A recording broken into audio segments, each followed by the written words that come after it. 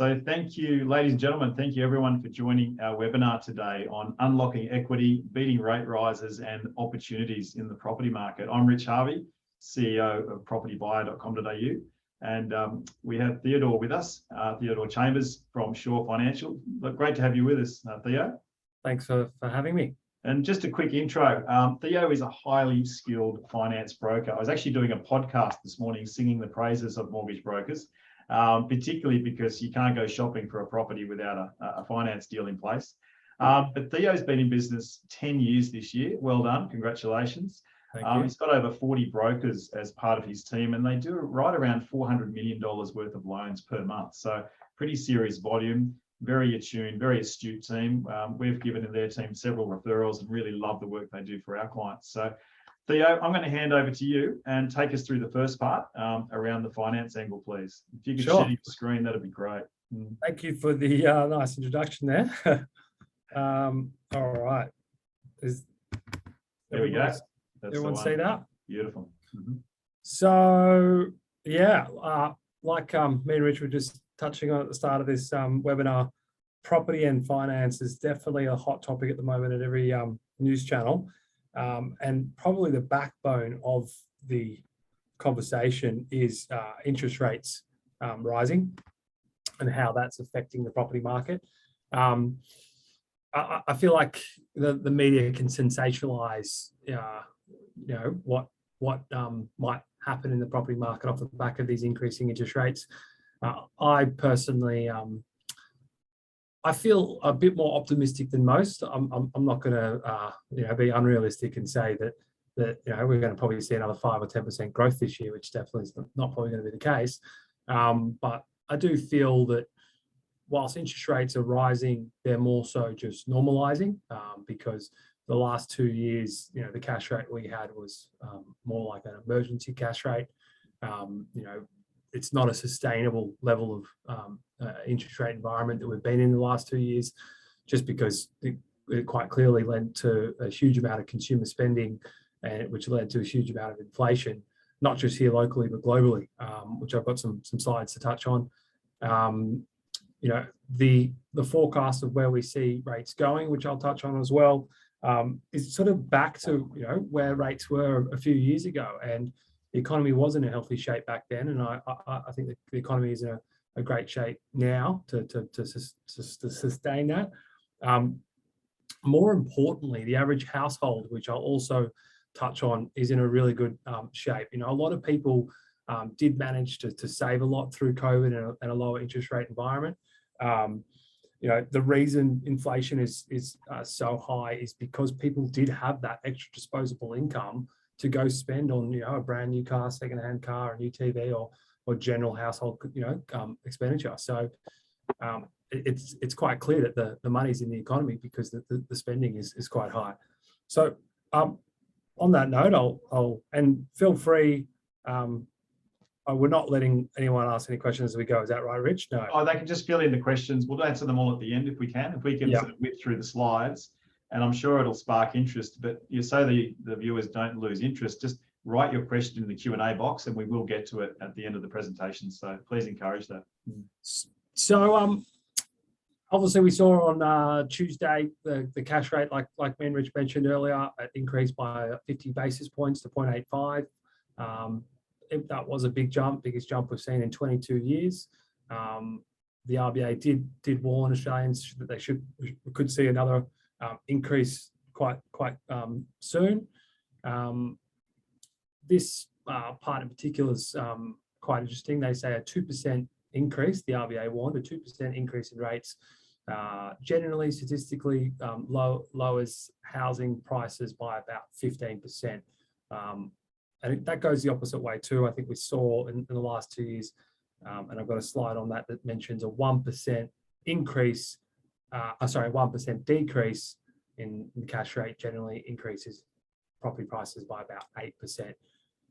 I personally think some of that discounting is already priced in. You can already see properties at the moment that are selling for 10 to 15% below, what they probably would have sold for 12 months ago. And, in a year's time, increasing interest rates might be old news. keep going. So this sort of outlines what the average, what each increase in interest rate actually does to the average sort of mortgage repayment. So the top table there refers to a $500,000 loan. So that may increase of 35 points on an interest rate, we'll say, of 3.25%, probably a bit higher than the average. So that may increase of 25 points to 35 points as a cash rate. That was a $68 increase on a $500 mortgage. You can see down below on the $1 million loan, that's a $136 increase. And the most recent increase on Tuesday was about $140 a month on a $500,000 loan, or $280 per month on a $1 million loan. Now, this is probably where it's a bit more relevant. This is talking about how the increasing interest rates actually affect borrowing power. So in a nutshell, you know, the best way to explain this is that as interest rates increase, borrowing powers respectively decrease, purely because the banks calculate affordability on an assessment rate. So the assessment rate is a buffer above what you actually pay, normally about a 2.5% buffer. So if you're paying 2.5% as a variable rate, the assessment rate is 5%. So they're calculating your affordability at 5%. It's a really good actually point to highlight that, because a lot of people out there are saying, well, banks have been issuing loans the last 2 years at 2 and 2.5%. You know, they haven't, people haven't done their affordability on higher rates, and it might go up to 4.5%, 5% in 2-3 years time. And, you know, the banks haven't accounted for that. That's definitely not true. Banks have accounted for exactly this. And people's affordability has been taken into consideration for years at a much higher level. Pre-2019, in July, I think it was, 2019, just after the election back then, assessment rates were 7.25%, so much higher, real high. So looking at this, you can see, you know, on a rough income, how much the difference is across the board, you know, on that increase, so on that increase in interest rate. I don't know if we want to go through line by line. No, I think we can just keep moving. It goes from 38,000 up to about 194,000. This breaks it down probably in a more simple format. So medium earnings, 77,000 to 155,000. What does it result? 71,000 to 169,000 difference. That's with the overall forecast taking into consideration, as in that's not off the back of just the last 2 rate rises. That's off the back of where we see rates going. Average rate of 4.69, as you can see there, and an average rate of 3% previously. So that's about 1.65% worth of increases, which is probably what we'll see both this year and next.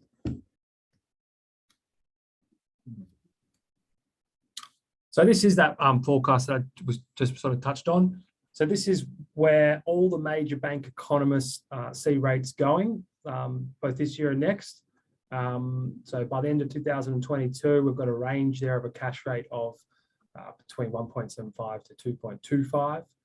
Like I said, my favourite there is the Westpac economist, Bill Evans. He seems to be the most accurate, and he's forecasting by the end of 2023, 2.35% as a cash rate.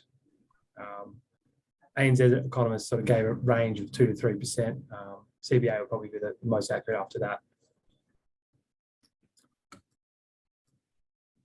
So this was my my comment earlier about generally a 1% reduction in interest rates boost property prices by about 8%.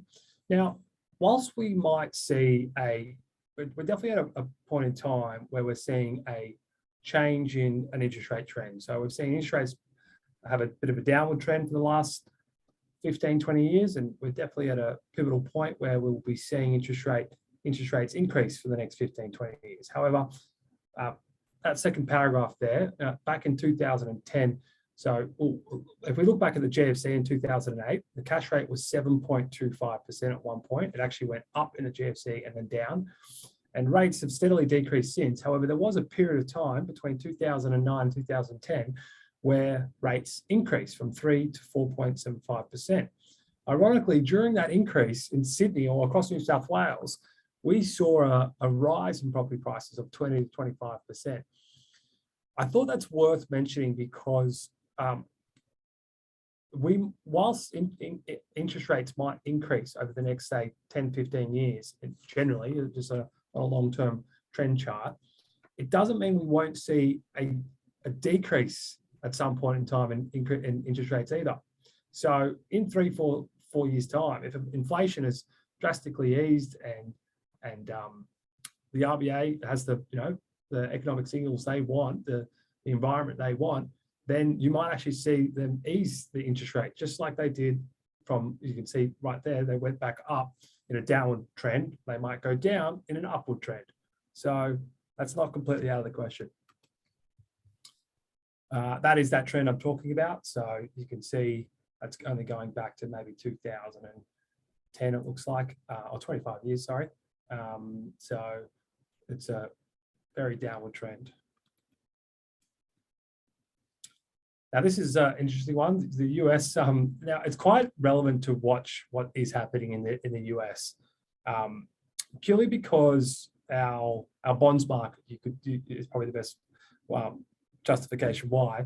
Our bonds market sort of needs to, follow the US market in the sense that if interest rates in America become a lot higher than interest rates in Australia, then the global bonds market, big investment banks start selling their Australian bonds and buying US bonds because they're getting a better yield on their money lending to banks. So the disparity between the US and Australia can't be too substantial. And they were the first to start increasing rates this year, and they did it a lot more aggressively. They have a much more aggressive stance on increasing interest rates in the sense that if it hurts the economy and, if it hurts the share market and triggers a recession in their mind, so be it, is their words. So they're moving in 50-point increments, just like we did on Tuesday. They're probably going to move in 50-point increments multiple times this year. But they have a much more serious inflation problem. It's closer towards 9% over there. But yeah, we do need to follow what is happening in America because, like I said, if the disparity between interest rates becomes too substantial, Australian bonds get sold off, which means our dollar gets sold off, which isn't the best for our biggest industries being resources, which is a hot topic in itself that we don't need to go into. Now, this is a bit of a summary of where rates have come from and where they are now. So 6 months ago, the average consumer was paying about 1.99%, 2% on a fixed rate for 3 to 4 years. You can see on that left column, it's 1, 2, 3, 4, 5 years. They're all the major banks and what they were offering. And this is the new rate that we're seeing amongst all those banks. And the difference varies from 1 to 3.5% the longer the term. Bigger the difference, the longer the term. Probably not the best time to be fixing, in my opinion. Going back to my comment about the bonds markets, the short-term bonds, which is what the banks generally fund their short-term fixed rates, 1 to 5 years, are quite high at the moment. So they started moving before interest rates did. These rates started moving at the start of the year. So I don't see the variable rate getting to these levels halfway through those terms for them to be justified, because you'll be paying the higher rate from day one. So you need the variable rate to get to these levels halfway through the term for it to be worthwhile, which I don't see happening. So yeah, like I mentioned, inflation's the sort of real focus point for the RBA and the government right now on increasing interest rates. Headline inflation in March was released on the 27th of April. We hit 5.1% for that quarter, so it increased by 2.1%. It's still increasing as we speak. So that's a good point to understand. even with these increases right now that we're seeing in interest rates, it's going to take a while before inflation will ease because it needs to trickle down through to reduce consumer spending. The trimmed inflation is now at 3.7%, which is a lot higher than the target of 2 to 3%, like I mentioned there. And like I said, in America, I think we touch on that. We'll get to it, but it's even higher than these levels. And to that point I mentioned, so we'll probably see inflation hit 6% in the current quarter we're in, and then hopefully start easing back down to 3% by mid-2024. That's our inflation levels on a quarterly basis. So really ramped up, since sort of July last year. US inflation, like I mentioned, it's been steadily increasing for 12 months. Their increasing interest rates have taken some effect already, at least. That's the 25-year sort of summary or chart of our inflation, both Australia versus the US. You can see it's been up this high before. I think 2000 was around the introduction of GST, which saw inflation go quite aggressive. And we haven't really seen inflation at these levels since maybe late 2008, thereabouts. This is all the inflation in the world, that in every country, which is quite interesting. We're actually down the bottom there, not too far off the bottom. So yeah, it's quite interesting. I'll jump in. Turkey's at the top of the list. I remember visiting Turkey 20 years ago, and they still had an inflation problem. When I was in Turkey for about a month, the price of bus tickets went up twice in a month when I was there. Yeah. I think it's probably more appropriate to look at the developed countries, like the US, UK, Germany, all our like-for-like countries and what they're seeing. Like I said, US is pretty bad. It's right up there. But at least they're seeing it ease and seeing a result from the increasing interest rates, which is good. I think I'll skip through these parts. This is just generally talking about sort of loan funding levels that we're seeing. It's in the billions there on the left, and you can see sort of refinancing, owner-occupied lending, and investor. So this is all refinancing, owner-occupied refinancing and investor refinancing. Refinancing really took off in the last couple of years with lower rates.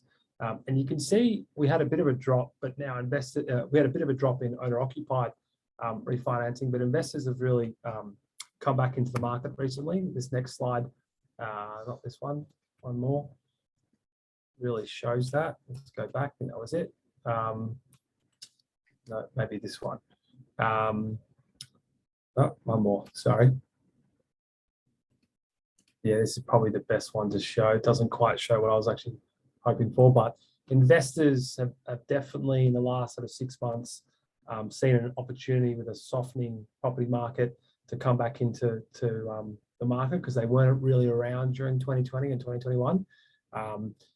Typically also, if you look at the fundamentals of economics, an increasing interest rate environment does mean an increasing rental yields, which I think Rich is going to touch on.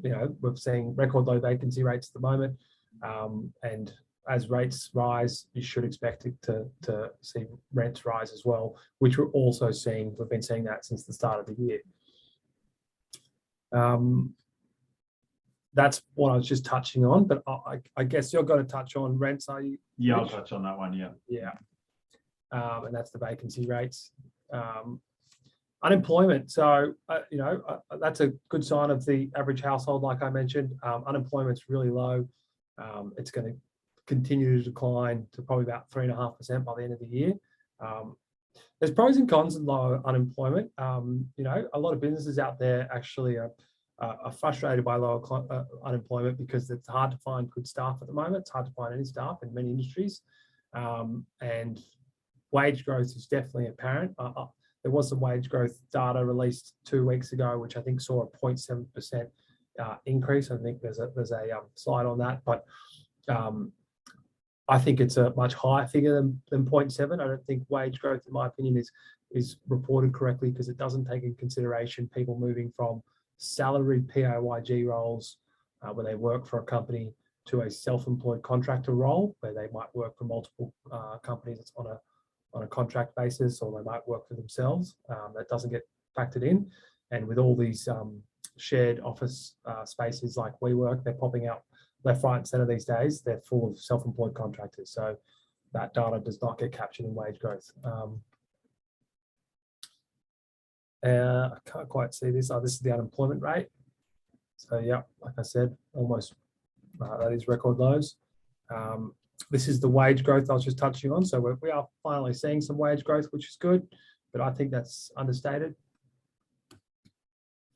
So this is the household position. So household savings as a share of also household disposable income. Through COVID, a lot of people saved up a lot of money. You can see towards the end there, those last sort of 4 or 5 columns represent 2020, 2021. And you can see, the darker green at the bottom is the scheduled mortgage principal payments. The lighter green in the middle is excess mortgage payments, so people paying off more. Now, what that normally means, so in 2020, which is probably where it really jumped up, when interest rates decreased, generally most banks don't decrease your repayments unless you call up and ask. What it normally means is you just pay less interest and more principal gets paid off your loan. So a lot of people have paid down their loan a lot more than they would have pre-pandemic. And then look at the purple line is other savings. Really in a great position in other savings, average household. I was talking to the CEO of NAB about a month or two ago, Ross McKeon. He was mentioning that over 70% of the money that they lend out is actually from deposits in their NAB accounts. So they're quite cash rich at the moment in the sense that there's a lot of people with a lot of savings in business accounts and households. Change in household loan prepayments. So same thing here. People in the lower interest rate environment, we saw a big increase in people that have actually made additional repayments on their home loan. The purple at the bottom there, this is, you can see it's 12 months prior and then 12 months after August 2020. There was a lot of people that paused their repayments during COVID.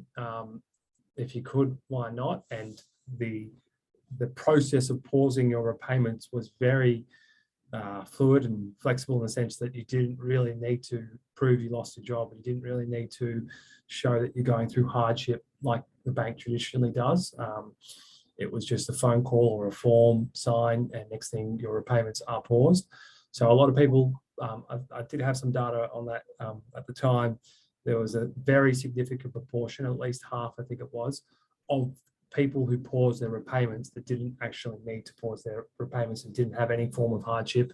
They just got a payment holiday, hence the additional savings in cash that we saw in that previous slide. And so this last slide I thought I'd just touch on is actually around the new Labor government, or all the various schemes out there for first home buyers, and in particular the one on the left column there is the scheme that the Labor government has put forward. It's basically like the easiest way to summarise that is that you're buying a property with the federal government, which it's got its limitations. Number one being that second row down. If you're a single applicant, you can't earn more than 90,000. I think most people buying their first property are probably going to be earning more than 90,000. Or collectively, if you're two couples, you can't earn more than 60,000 each, or 120,000 combined, thereabouts. So that's probably a bit of a limitation.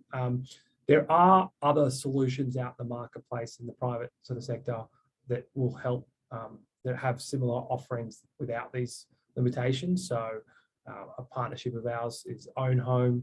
they help people sort of buy their first property where they buy it for you and then you rent it back, but your rent goes into your savings as a deposit to buy it back off them. That's probably a better solution than that one, in my opinion. The other government sort of grants and guarantees and schemes on offer are quite attractive. They will guarantee your deposit, so you avoid mortgage insurance. That's that second and third and fourth column, you could say. That's a substantial saving because LMI can sometimes be, 2%, maybe more of the property value. They're basically waiving that cost for you. Still some qualifying there, as you can see in those second rows. And at that very bottom, you can also see there's limited places available. And so you need to apply and register and actually take a ticket to do an application as such. All right, that's my spiel as such, Rich. So I guess I'll hand it over to you. No, that's great. Well, if you could just take it off share screen for a second. I do have one question for you that I'm just going to hit you up with, Theo. Totally question without notice. Yeah.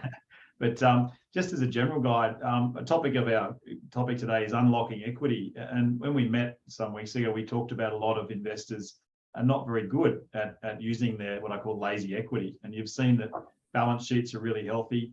What's the first step to just unlocking equity to see what you can do?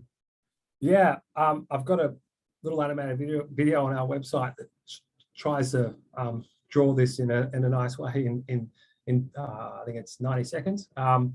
But look, a lot of households do have available equity, and right now with a softening in the property market, accessing that equity and buying a property would be opportunistic. Real simple process. You just get your bank to do a valuation, or speak to a broker like ourselves, and we can choose from a few different valuers, as in you don't need to just, if you speak to your bank, you'll only have your bank's valuer sort of come over, but speak to a broker like ourselves. What we typically do is organise 2 or 3 valuations. So then you find the optimal valuation to proceed with, obviously at the highest level. Essentially assume, to put numbers on it, if you have $1 million property, $1 million valuation, $500,000 loan on the property, you can access up to 80% without paying mortgage insurance. Some people do access more than 80%. I personally say keep it to 80% and don't pay mortgage insurance. In that scenario, you'd have $300,000 to play with as a deposit, which would cover your 20% deposit plus stamp duty up to about a $1.2 million purchase. So a lot of people don't realise that they've got the ability to do so. In current interest rate environment, even with rates rising, in that scenario I just mentioned, you probably find that the rent would cover the mortgage. So it should be a passive investment that in 5-10 years you'd be quite pleased with yourself. Great. Excellent. Well, thank you so much, Theo. That was wonderful. Great presentation. And I did put up on the screen before that, there will be the ability to get all of those, slides that'll be sent out to everyone who's been watching so far. So I'm going to, for the next 25 minutes, just give you an overview of where the market is at, my spin on the market coming from an economics and a practical buyer's advocate level. And then I'm just going to show some case studies and really tease out some opportunities in this current market. So thank you for those that have written questions there. I will get to those. There's some excellent questions. Please keep them coming in the Q&A box. But just to kick it off, so I think a lot of you already know my background, but just my credentials. Oh, I'm going to go the right way. There we go. It's 21 years I've been in business this year, so about time to celebrate, I think. We're actually about to go through a rebrand. We're very excited. So our logo and colouring will be changing next month, which we're very excited about, doing a bit of an internal renovation on the business. I've served as the president of the Real Estate Buyers Agent Association, also as the chairman of the Buyers Agent Chapter for the Real Estate Institute, and obviously members of a number of great organisations. And I'm also a qualified property investment advisor. So today, I want to just really cover 4 or 5 things. Just talk about the impact of interest rates on the market. Really ask, is it now a good time to buy? We're having this conversation with everyone. I'm sure all of you online today are asking this question. Should I wait? Should I buy now? What's going to happen? And I'll talk about the future drivers of the market and just touch on a couple of equity building strategies. So be nice to have eye contact and feedback. I'm sure you're all giving us the thumbs up, Theo, out there, right? So, all right, so let's get into it. Well, interest rate drama, is it overrated? You know, I was just on the phone to a journalist, Aidan Devine from the Telegraph, just before this webinar, and he's asking me a million questions. You know, what should buyers do? How are they reacting? What's happening out there? And Theo, you put up a really good example in your slides. It really marries into what I've said here. But between 2002 to 2008, we had 22 interest rate rises, you know, 0.25% increases typically. And borrowers back then were paying 8 to 9% on their mortgages. So can you remember that? We've all got really short-term memories, right? You know, I remember, you know, it was almost 10% at one point on my mortgages, and it's all relative. So, you know, we're freaking out about a 0.5% rise, but coming off emergency levels. So it's really important to understand that you can actually have a period of time which the market will stabilize, you know, I can't say exactly when, but we can have a situation where property prices are increasing even in spite of interest rate rises. So all I'm saying is that we don't want to over dramatize the market. The other question I get is, how long do these downturns last? And this is the data from CoreLogic, and they've analysed over the past 40 years. If you look at the periods of time in the market where it's gone from the top, where we were probably October, November last year, through to where is the next cycle of the trough or the bottom, the average is 8.4 months. Yeah, so sure. we're already 2 to 3 months into a downturn in the market. And like in my area, the Northern Beaches, even parts of the eastern suburbs, we've already seen prices come off at least 5%, if not 10%, or even more in some cases. And then when you hit the bottom, then you've got the recovery phase back up to what it was before. Now, the average for that period of time can be 9 months to 3 years. So if you're sitting there going, Rich, I don't want to buy till I'm buying at the bottom. I don't want to catch a falling knife. Well, I can't precisely tell you that in September 30th this year, that'll be the bottom of the market. I don't know. But I do know in the next 6 or so months that there will be a troughing or a leveling out of the market. So that's just something to bear in mind. Theo, you touched on just how much wealth, you know, people have got in their bank accounts at the moment, you know, thanks to COVID and significant savings, and we weren't traveling overseas. But the property market is completely, you know, underpins Australian wealth. We're almost up to $10 trillion, according to the latest figures. And that completely trumps superannuation and the share market and even commercial property. So for me, property is a really fundamental part of my wealth strategy. But the question is, are you feeling wealthier yet? You know, how wealthy do we feel? Because we often make decisions, especially financial decisions, dependent on how much our house is worth and how much money we've got in the bank or our relative accounts. And if you look at the last, you know, 20 odd years, and if you look at the median dwelling value, this is right across Australia, you can see that, you know, the typical trajectory upwards. And on the right-hand side, you can see the individual dollar changes in property values over the past couple of years. So since COVID, we've seen national values increase about 155,000. So pretty significant improve for most people's balance sheets. Now I'm going to just run through a couple of slides now just about the market and then talk about the drivers of the market. So in the last 3 months, and again, I just say as a caution, when you look at these numbers, a lot of people take these out of context, especially journalists. They take these numbers out of context and say, you know, Sydney's down 0.5, Melbourne's down 0.1, Adelaide's up 5.4, etc., and then base a buying decision on a 3-month window. It's important just to look at trends. And in fact, as I said just a minute ago, the data says that Sydney's down 0.5. I'm telling you it's down 5% or 7% or even 10% already in the last 3 months. So the data lag or the data catch up is quite significant. And that's why you've got to be ahead of the curve. So, you know, my team of 25 buyers agents, we're seeing is what is happening at the coalface every day at auctions and in private treaty negotiations. But the obvious trend is the market's correcting. You can see here, the combined capitals is definitely trending downward, and we are heading into correction phase.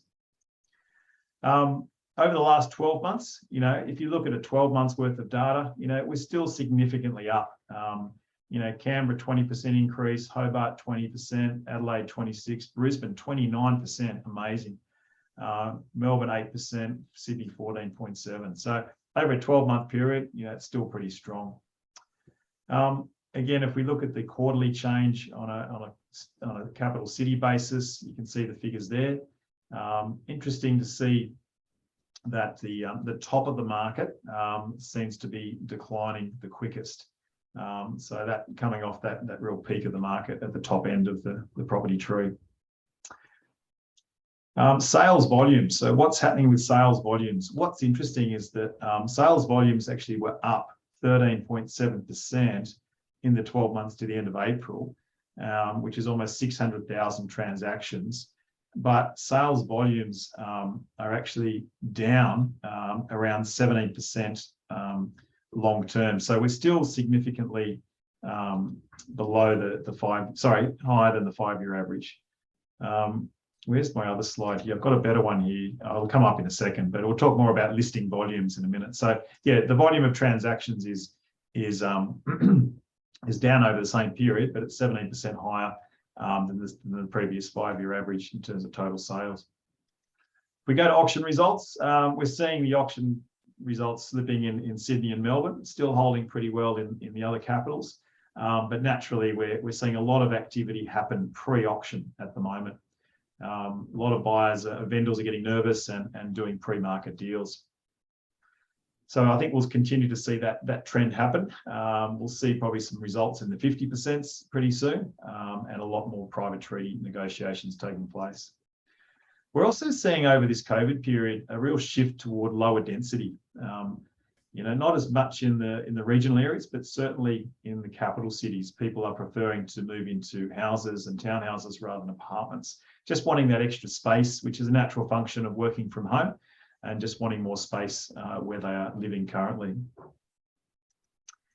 Days on market. Look, we are expecting to see this trend upward, as we are seeing up here on this chart. We're seeing the capital cities increasing to around 25 days, regions around 31. But I expect us to get back up to this sort of normal 42 days for Sydney and Melbourne in the not too distant future. So it's going to take longer to sell your property. Same with vendor discounting. Vendor discounting was very low, around the 3% mark during the COVID period. But I think we'll get around to a 4 to 5% average vendor discount as the market corrects and moves forward. Here's the one I wanted to talk about: listing volumes. We are seeing, more advertised stock being added to the market. So at a national level, we're about 6% up on the 5-year average. So that's new listings coming to the market. But when we look at the actual next slide, total volume of listings, you can see that we're well below the average. And this has been a COVID phenomenon. So this blue line here, you can see it's really 30% below the long-term average. So even though sales volumes went up, the total volume of listings is still well below. And this is what I call the scarcity factor. So if you're trying to buy a property and go, oh gosh, there's just not much out there, this is why. And it varies from state to state and obviously suburb to suburb, but that's just a common factor. People tend to hang on to their properties longer for whatever reason. There's lower listing volumes. Rentals. This is a big topic, and I've written a number of blogs on this. And we are already heading toward a rental crisis in our major capital cities. Unfortunately, there's a real issue with homelessness. I normally do the CEO sleep out every year and raise money for Vinnies. But unfortunately, rents are going up. Good for landlords if you're an investor there. But you can really ride this wave of rental increases. And we've seen over the last 12 months, a 9% increase in rents. So the message here is that if you haven't spoken to your property manager in the last few months and done a rent review, now is the time to do it. I've just increased the rents on my properties quite considerably, and you should be doing the same to increase your cash flow. Dwelling approvals. We're starting to see dwelling approvals obviously take a bit of a hit because of construction costs rising. You can see here this line coming down. So over a sharp drop through March, we saw about an 18% drop in building approvals and a 37% decline in unit approvals. So yeah, I think that trend is unfortunately going to continue. So that'll also exacerbate the rental problem, but also help to underpin the pricing of the market, because we'll hit an inflection point where we're just not building enough properties to keep up with demand. And as Theo mentioned before, yes, investors are coming back. As you probably had a similar slide, you can see this purple line here where the investors have significantly increased over the last 2 years over the COVID period. So that's one to watch. And I'm sure, Theo, you'd be happy to get loans for any investors out there, right? Yeah, definitely. So what are the drivers of the market? Here's 11 factors that I see continuing to drive the property market. Now, I'm not being overly optimistic here. I'm just stating the facts. And we do have a very strong / resilient economy. We are very fortunate in Australia that we have a pretty decent fiscal responsibility, pretty much with both sides of government. Low unemployment, unbelievable, just the level of unemployment. Massive household savings, as Theo pointed out before, all of those savings sitting in most people's accounts. We still have very low interest rates, even though they're rising, they're still really low historically. Low vacancy, migration. Now, my goodness, we need at least 200,000 migrants to come into this country to fill the vacancies. I've got friends that run all sorts of businesses and cafes, and they're desperate for staff. And we absolutely need to open the borders up and get approvals for migrants to come in. So, I think the next 2 years will probably exceed the 160,000 migrant cap. And that will help to also drive the property market, because guess what? Those migrants need a place to rent or a place to call home and buy. And that's a factor that's going to underpin the property market. As I mentioned before, building approvals are slow. And if we've got less properties being built and more migrants coming in, that'll help to support pricing. A lot of buyers are still chasing the lifestyle dream, which we talked about from COVID. People moving out of Sydney or moving to a property that has that lifestyle appeal. Got lots of new infrastructure being built around Australia. We're seeing expats come home. And even despite all that's going on, the property market is still seen as a safe haven for investing. So that will continue to be a strong driver. All right, so this chart doesn't include the last couple of years, but I put it in here just to really give people an appreciation for the number of downturns that we've seen since the 1960s versus the number of upturns in the property market. So this is a chart put together by the ABS and Morgan Stanley. And if you look at all of the red circles on this chart, you can see where the property market has declined. Really no more than 10%, which was when negative gearing was supposed to be, or was removed for a period of time, and all the investors deserted the market. And then when it was reintroduced, look at it skyrocket, the pricing. So what I'm saying is that look at this current correction in context. It won't last forever. It will last for a period of time, whether it's 3 months, 6 months, or a year, I don't know. But we will get through it and beyond it. And then we'll see the property market continue its trajectory upwards. So is it a good time to invest? Well, some markets are still growing. We're putting a lot of our investors into Brisbane, where they're still getting growth and still getting really strong yield. As I mentioned, listing volumes are starting to increase.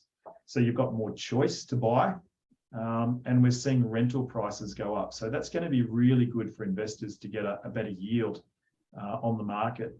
So for me, would I invest now? Well, I actually am. I'm currently just bought a couple of properties and looking to buy more.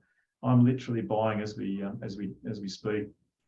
So I think for the astute investor, it's not just a watch and see, but it's watch, wait, and act if you find a good opportunity. Some of the other X factors to look out for. Look, I hope Labor doesn't fiddle again with any of the depreciation laws, or I'm pretty much sure negative gearing is off the table. Otherwise, they wouldn't have been elected. That's one thing to factor in, is just what if any other housing changes come in. International borders, hopefully they'll fling the doors even wider to get more migrants, as we mentioned about. But the thing to watch is just this ongoing impact of rising rates on sentiment. Now, consumer sentiment is quite fickle, and it can really impact how people make decisions and how they spend their household money. So that's just something to watch out for. I'll skip over that slide. A couple of things I want to talk about is, how do you select what do you look for when you're buying an investment property? What are the key factors that are going to help you to make a good decision? Now, I've got a 20-point checklist on the website, but I'll just give the first 10 here for brevity. Number one, I look for undervalued areas where there's still going to be some good upside, where it's still relatively affordable, where there's opportunity for price growth. And I don't want to buy too high above the median. I like to buy around 20% above the median, because that way it's a better quality property, but I wouldn't buy it twice the median price, because there's only 5% of the market. I like to buy where around 80% of the market are happy to buy. I like to crunch my numbers and buy for a good rental yield. I want a suburb that's got strong population growth and the right kind of demographic from a rental perspective. Buying close to all the usual amenities, shops, schools and transport, all that typical infrastructure. Schools is a really big one. You know, buying close to education facilities is a really strong driver. A good range of diverse employment opportunities is another one. I'm very reticent to buy in mining towns because there's really only one or two major employers, and those markets are very fickle and tend to go up and down with the commodity cycle. So I'm not a fan of buying in like Port Hedland or Karratha or Mount Augusta or something. So what do I look for? Vacancy rates. I look for something that's got decent land content, or if it's an apartment, something that's got some uniqueness about it. I like to be able to add value to my properties. I like to do a reno or add a granny flat or do things that can improve the rentability and the value of the overall property. So there are a couple of things I look for in buying an investment. What are some equity or what's the word, asset value building strategies? A couple of things here. Firstly, just buy and hold in a growth area. Really simple strategy that I've used time and time again, and it's worked a charm. You don't have to even do anything to the property, just hold it and enjoy the capital growth. Add a granny flat. As I mentioned, that's a great strategy. I'm doing that right now as we speak. Just bought a property and I'll put a granny flat in the yard. I'll probably get somewhere between $450 to $550 a week in rent. And the spend on the flat's about $160,000, maybe $170,000. So pretty strong return. Adding a bathroom or renovating adding a bedroom, or renovating a bathroom or a kitchen, another great way to add value. And as you move up the scale, you could potentially do subdivisions or even a duplex or a dual living property. But what I'd say is just be careful as an investor. Don't bite off more than you can chew. If you are going to do the more advanced type of development projects, you've got to make sure you've got plenty of buffer and you know exactly what you're doing, and be able to deal with building delays, council delays, because there's always nightmares to deal with, guaranteed. What are the steps you need to take if you're going to do this either on your own or potentially with a buyer's agent? Well, these are the key steps you need to do. Firstly, create a strategy. Know exactly where your end goal is. So write down your goals, find a location where you can buy a property that's going to deliver what you're looking for, whether it's growth or yield or a combination of both. So this is what we do with our clients. We take them through this 7-step process, give them the research. We start searching and shortlist suitable properties. We provide a very detailed evaluation and comparable sales analysis on the property. Then we complete due diligence, negotiate the lowest price, and then arrange settlement and also a local property manager. And just as a quick pitch, I guess the key things, why would you use a buyer's agent? Well, a couple of reasons. One, it just helps you be accountable. A lot of us in life, we don't do things unless we've got a coach. So we're like a property coach and a property advisor for you. We give you access to a lot more properties than you'd find on your own through our network and through our connections. We just remove all of that emotion from the negotiation process. We give really good local insights, help you crunch the numbers, and just give you the confidence to follow that strategy. In terms of how do we charge, we work on a fixed fee structure. It's roughly under 2% if it's below $1 million, and it's slightly below that if it's above $1 million. It's a $3,000 to $5,000 engagement fee. All of that is tax deductible, but that gives you, as we've said, a personalised strategy, a one-on-one with a buyer's agent that will take you through that whole process from beginning to end. And typically, we've been saving our clients a lot more than we charge in fees, particularly in this market. So it's really good to have someone that's working on your side. So just to, in the next 5 minutes to bring it to a close, I'd like to, before we do Q&A, is just talk about some case studies that we've recently done, because I think these can really tease out some great points here in the market as well. So Matt Corbett in my team just the other day bought this property it's actually in Roseville. We bought it off market for a home buyer. The agent was about to list it on the market. So we appraised it at 4.23, but we managed to get it at just over the 4 million mark. So yeah, great, beautiful location. Walk to the train. Just a classic Roseville property. So that was a really good buy. Another one we just also recently bought earlier this year on the North Shore. This really nice property in Waverton. Walk to train. We appraised that at 3.3, got it for 3.2. So again, another significant saving. And that one had really nice harbour views. We're also buying in Melbourne. So our team, we cover Sydney, Melbourne, Brisbane, Gold Coast, Central Coast and Newcastle, pretty much anywhere along the east coast of Australia. This is one that Amanda in our team just did in Melbourne. Client had a budget up to 1.1. It was a 4-bed, 2-bath, 4-car home. Rents for $700 a week. We got this for $990,000 a couple of weeks ago. So again, really good buy.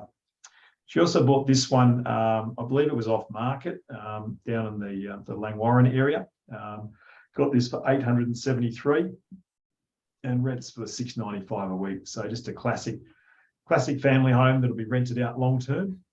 About 45-minute drive from the CBD of Melbourne. So again, very affordable area. So it's a classic property you could easily add to your portfolio. We also do commercial property. And what I advise for our clients that are thinking about commercial is to get 3 or 4 resi properties under your belt before you'd even consider doing a commercial. Just because of the risk of vacancy. I'm sure you'd agree, Theo, that you don't want to jump in all boots and all with a commercial and then suddenly be stuck with a tenant that can't pay rent like happened during COVID. So you do need to have a good buffer. And also it's not as easy. If you have to sell the property, it can be some time before you have a buyer as well. So we had a wealthier investor, and Alberto de Grava does an amazing job for our clients. He managed to get this one. It had a 7 + 7 year lease. So normally they're 5 + 5, but this one he managed to get the owner to commit to a 7 + 7 with a 3.25% increase in rents per year. So net yield just over 6. But the beautiful thing was just 6 months after he bought this, another property down the road sold at a higher per square metre rate. So he already built in capital growth for this particular investor. But you do need to have a bit more coin behind you to consider that sort of strategy. As I mentioned, Brisbane, it's a really hot area that we're still putting a lot of our investors into. Here's a classic example of a 4-bedroom home that we bought. Agent was guiding 550. We managed to snag it at 525. Beginning of the year, there were like 50 people lined up outside these properties. They were just going like hotcakes. So it's not quite, the market's not quite as strong. It's still strong, but not quite as crazy as that. But as you can see, really strong 5% yield in a good growth area. Another one in Brisbane we just bought. This was a really quality home in a good area. Now, our property manager, so the agent was quoting around $930 per week as a rental appraisal. But you've got to make sure you use the right property manager. So we got our manager to go through, and they reckon they could get $1,000 a week. We ended up getting $1,020 a week for this property. Really nice home because it's got the pool, got a beautiful yard. Picked this up for $930, so really strong yield, almost 6% just on a resi. So you don't have to buy commercial to get that sort of yield. We can crack some of those ones, which is an amazing result. Another one we bought for a home buyer in Brisbane in Bulimba, which is a really nice, beautiful suburb in Brisbane. We appraised, actually it's got the wrong appraisal number there. Sorry, that was the wrong number. But we appraised that for 1.8, got it for 1.6, and it could rent for about $1,400 a week. So, and that property, it's just near the Bulimba Barracks, which is a really nice prestige area. So we think that's going to have really strong capital growth over the next 10 years. For a more affordable end of the market, we are buying in places just about 60 to 90 minutes out of Brisbane, places like Toowoomba and Gatton. We picked these houses up for around 400K. The market is still moving quite strongly there, and we're getting yields in the 5.5% yield range. So 2 examples there. That one again, almost up to 6%, which is a great result. That was a duplex. That's why it's getting a slightly higher yield as well. Some of the other home buyers we've done in the eastern suburbs, another area we strongly cover. So Paul bought this one. This was a beautiful property. It has a cracking view right over the inner harbour there, Rose Bay and Double Bay. We got this one pre-auction for 2.42 within a month of the client engaging our services. Inner West is another area we cover. Nick Taylor-Fick in our team, he always gets raving reviews. Nick was an ex-valuer and is really diligent at helping our clients to appraise value. But he saved our client over 90 grand on this particular property as well in Annandale. Just a couple more, and then we'll get into the questions. So I've got another one here in the Inner West. We got for 1.2, and we appraised that at 1.229, an off-market purchase. Again, through Nick's contacts, managed to secure that one. Did a great result. South Sydney, Michael and our team bought this one. Beautiful, brand new build. It was very, if you look at all the photos, they're incredibly stunning. It's a beautiful kind of white house with grey tiles, very sleek, really sort of architectural design, shadow line ceilings. Got this one for 1.7, and it only took him 13 days from start to finish to get this client satisfied.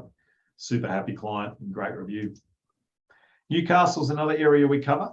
We've seen a lot of our home buyers and investors moving to Newcastle. Very affordable market, great lifestyle, really a lot of attractions in that Newcastle market. So we really like it. We think it's got some really good legs going forward. This one, we had a client with a budget of 700. This was a townhouse and it rents for 520 a week. So giving just over a 4% yield. Really strong one. Similar result there on this house, 800k, 4-bedder, for 795, rents for 700 a week. Again, be able to save the client quite a few dollars off the purchase price as well. I'll just skip through the rest and I'll get to, we also do development sites. This was one we bought for in St Mary's for a client. You can see there on the right on the picture, there was 5 townhouses being built there. But we bought this for a doctor client. Managed to get it off market again through our connections just at the end of last year in one of those R3 zoned areas. Very hard to find these kind of deals, but when they come up, they get snapped up literally within days. But you've got to know what you're doing to be able to buy that sort of asset. So hopefully that gives you a bit of a flavour of the types of deals we can do. There's my details there, and I'll send out Theo's details as well if you'd like to get in touch. And I'll just unshare, stop sharing. Stop share. There we go. Sweet. So I'm sure there's a bunch of questions, Theo, if you'd be happy to answer. I'll just pull up the Q&A thing. Looking at the questions. Just 2 things I wanted to touch on from your presentation. I definitely want to agree and highlight. First, that short-lived window of opportunity. If you look at a short-lived window of opportunity in regards to the downturn that we see in property markets, if we look at the last few years, just recently, 2020 when COVID hit, that was a very short window where the property market did come off, and same as 2019 leading up to that federal election and the Royal Commission in Financial Services and Banking Conduct. We also saw the property market come off, and both those downturn cycles were about 6 months at best. This month might be longer, but like you mentioned, I think we're about 3 months in already. The other point you touched on, government policies, it's worth noting that yes, the Labor government have made their position about negative gearing quite clear, but which is quite contradicting to what they said 3 years ago was their position. However, I have been told from very credible sources in very substantial size accounting firms who've reached out to certain officials and trying to understand plans ahead for policies around property tax. One in particular that will definitely potentially be up for question is capital gains tax discounts and exemptions. And they're talking about potentially removing exemptions and removing and getting rid of discounts, which was what they said 3 years ago.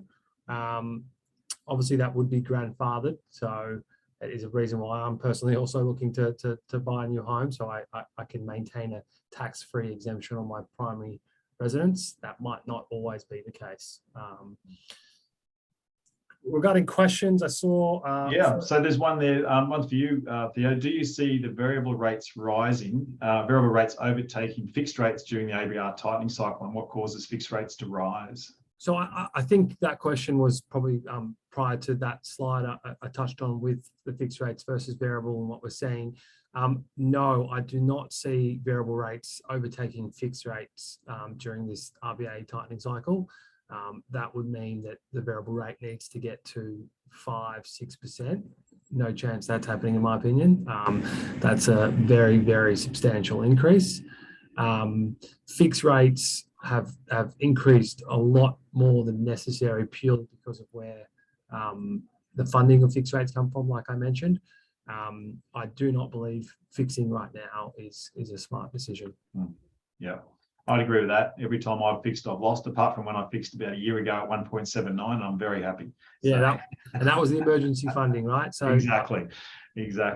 Next question's for me. Rich, as an economist, what do you think of the RBA rate rises? At the moment, inflation is driven by supply side after saying they wouldn't raise rates. So yeah, look, obviously the RBA has to raise rates to tackle inflation. It's going to be a naturally prudent thing to do. Yes, it is being driven by all of the supply chain issues. We should start to see wages growth start to come through. Again, there's going to be a battle between how far businesses can raise wages and still maintain profitability. So there's a lot of headwinds there. But I don't think borrowers are going to be in significant trouble for at least 2 or 3 years. I don't think we're going to see a massive rise in delinquencies because, as Theo's pointed out, very strong balance sheets, people are ahead on their repayments, and the last things people will ever do is try to default on their loan. They'll always work out a way to get around it and pay off the loan.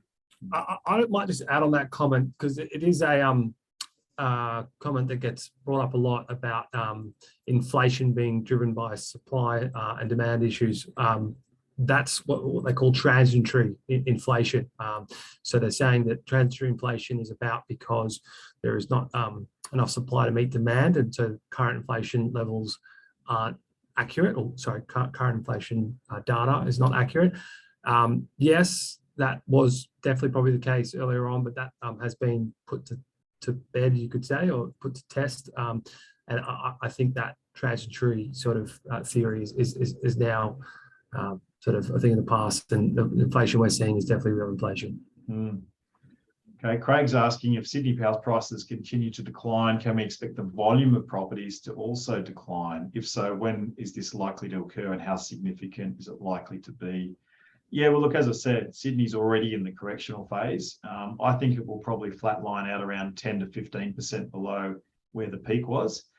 As for the volume of properties for sale, I actually think we'll start to see property volumes increase as more vendors, unfortunately, they've missed the market, but still need to sell for whatever reason.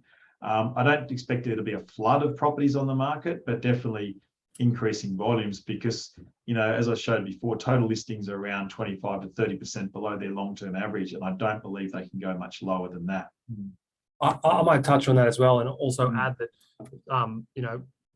I was in, lending back since the sort of GFC days, and to touch on interest rates and stuff back then were a lot higher.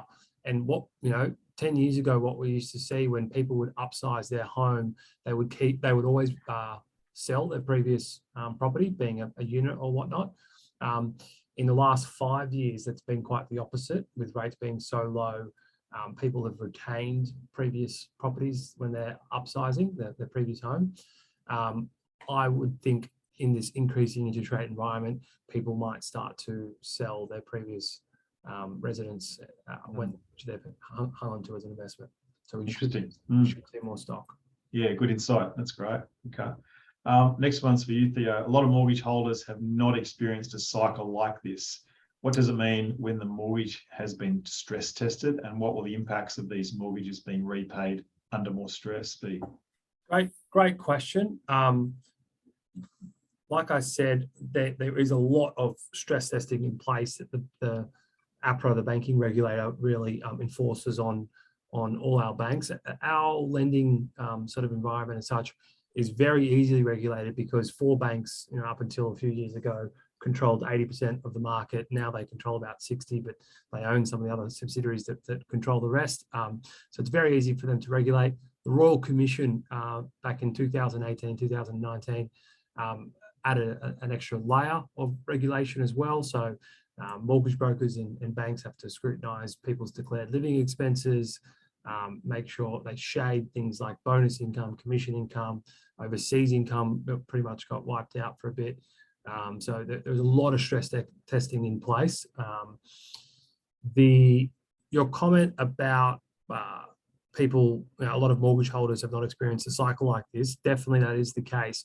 I think the ones probably that are of more concern are the ones that have purchased in the last 2 years because they purchased at low rates.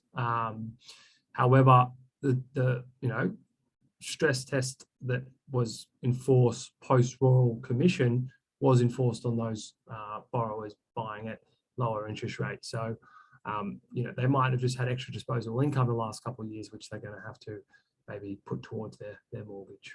Good question.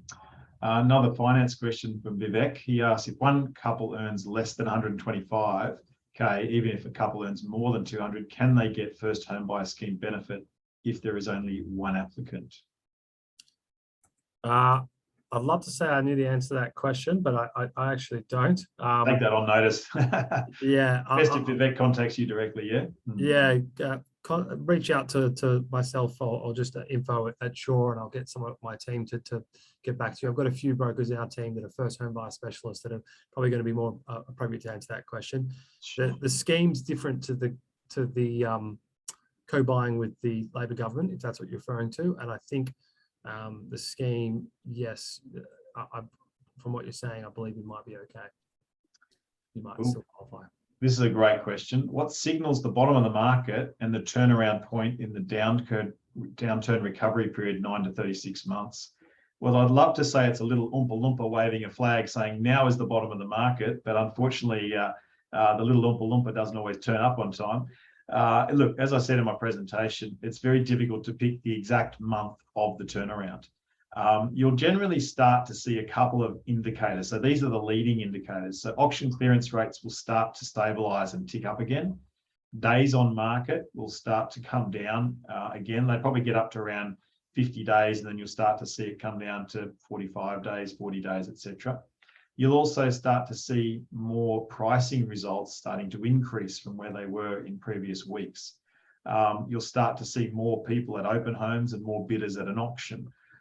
There's a whole range of little factors like that will signal the turnaround time. You'll probably see language from the Reserve Bank saying the market's, the economy's stable and we're not likely to raise rates. Consumer sentiment will start to tick up. So there's no one particular signal, it's a whole raft of signals. But for you as the investor or the home buyer, you've got to make a decision as to when to get in. And as I said before, for me, borrowing capacity is gold. If you've got borrowing capacity, use it or lose it. For me, I've learned that lesson more than once. Some years in business is great, some other years in business no good. And when it's good, you've got to take advantage of your borrowing and your income capacity, because that's the way in which you grow your wealth. Next question, what is vendor discount? So Craig, vendor discount is typically the list price and then how much lower the vendor will actually accept as the sale price. It's hard to measure because not all the auction properties have an actual price, but there's an average measure that CoreLogic use as a discount factor. Another question here. I have a 1-bedroom apartment purchased in 2014. Growth has topped. It's positively geared. Should I sell it and buy another house instead for longer term? Ooh, tough one to answer. Firstly, whoever that was, I can't give financial advice. However, what I would say is that just be certain that that 1-bedroom property hasn't topped out. I think a lot of investors are really impatient, Theo, and I see some people selling out too soon. They go, oh, the market's just crapped itself. It's not getting any growth. But, property is very forgiving long term. You know, I've bought properties in some regional areas that I thought weren't going to perform, and now I'm getting fantastic rents. You know, it's just awesome. I'm so pleased I've kept them. So what would you advise? Yeah, I'd also agree. It's very, you can't, and on the point that you can't give that financial advice, no one really, even we've got, you know, a team of financial planners here, and they typically can't advise you to buy or sell a particular property as such. It's a decision you do need to make based on your own research. And to Rich's point, have a look more closely at that property in particular in the market it's within. If there's been great growth since 2014, I would assume there's a reason that it probably would continue to grow if it's in close to a CBD as such. Positively geared is not a bad thing. You probably want your property to be positively geared right now with low interest rates. And you should look at your positive and negative gearing. Some might say this is wrong of my thinking, but look at it as a whole of your property portfolio. So if you were to retain that property, do you have enough equity to go buy another property? Then if you did do that and you borrowed the full amount, well, majority of the amount plus costs, what's the overall position? And the overall position might be slightly negatively geared, which is probably what you want. But this one-bedroom apartment is probably helping service the new property you buy, maybe being a two-bedroom apartment. Yeah, good point. Like you say, I like your point there. If it has had growth, it's probably likely to have future growth. And not that not even if it's a one better, it still can grow quite well potentially in the future. Another question, is the buyer's agent fee tax deductible? So Yes. The buyer's agent fee is considered an acquisition cost in the process. So it's 100% deductible against future capital gains tax. So it's a capital acquisition cost. However, on our invoices we send to our clients, we also have a property management advice and selection line. So there's a connection between the advice we'll be giving around the property management and the rental income. And so that means around 20% of our fee you can get as an immediate tax deduction as well. But again, you can clarify that with your accountant. That's only if you are buying an investment property. Obviously. Correct. Absolutely. For the investment. Yeah. Yeah. Not for an owner occupied property. It's not deductible. And topics like this sometimes are a bit subjective between accountants. You might find some accountants find a way to write it off rather than capitalize it as your base. Is now the best time for negative gearing on investment property, given increasing interest rates? What do you think, Theo? Yeah, so to my point I just mentioned earlier, I think right now you shouldn't really have much negative gearing in a property you either own or are about to buy because rates are so low, even with current rate rises. And I want to highlight, when I refer to negative gearing, I'm not talking about adding the depreciation. I'm just talking about real costs. I'm talking about, rent versus interest and other costs.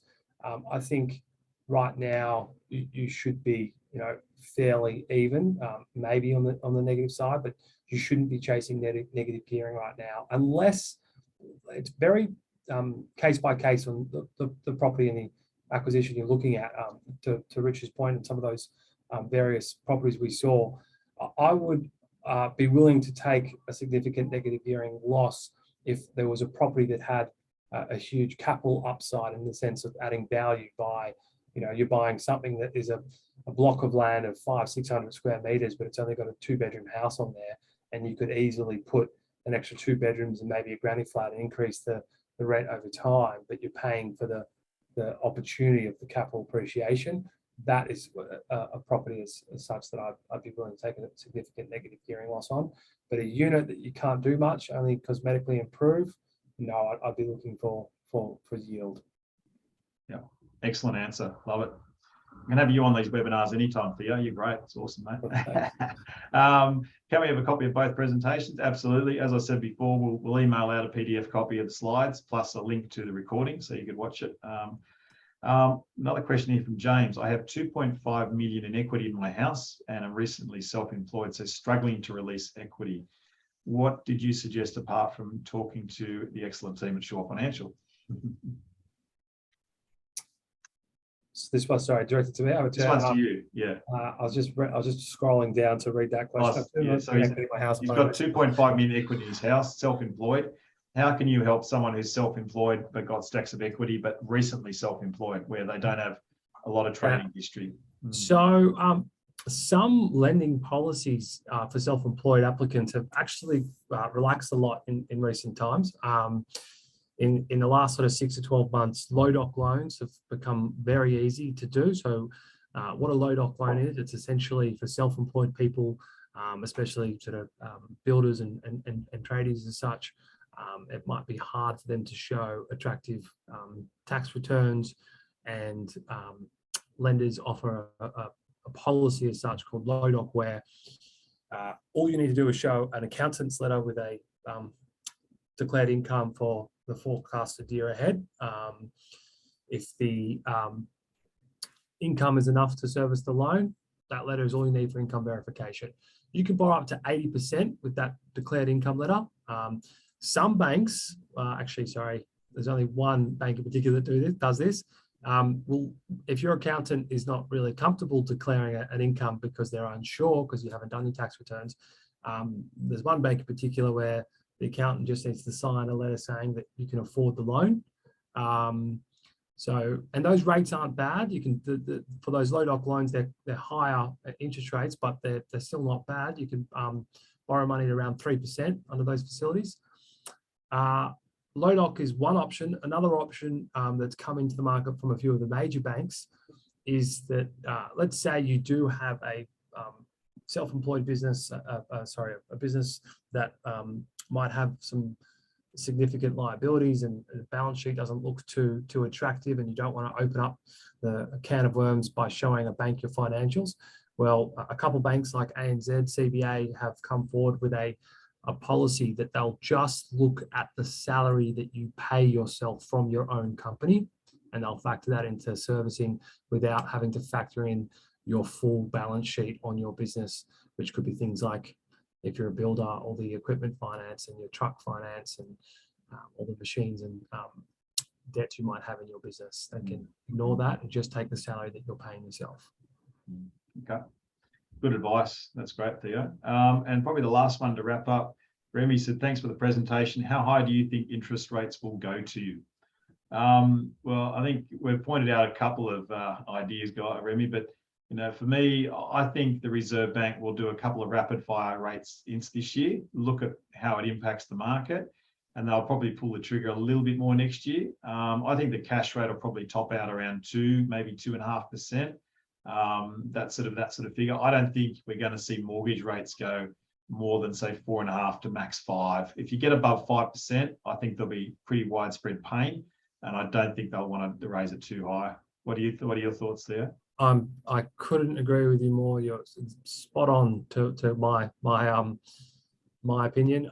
In the next 2 years, it's hard to say how much we'll see this year and next year, but just look at the next 2 years as a whole. In the next 2 years, I think, like I mentioned, Bill Evans' forecast 2.25% thereabouts, so 2.5% as a cash rate. That takes the average consumer, or the average rate to a borrower, to around say 4.5%. Maybe 5%.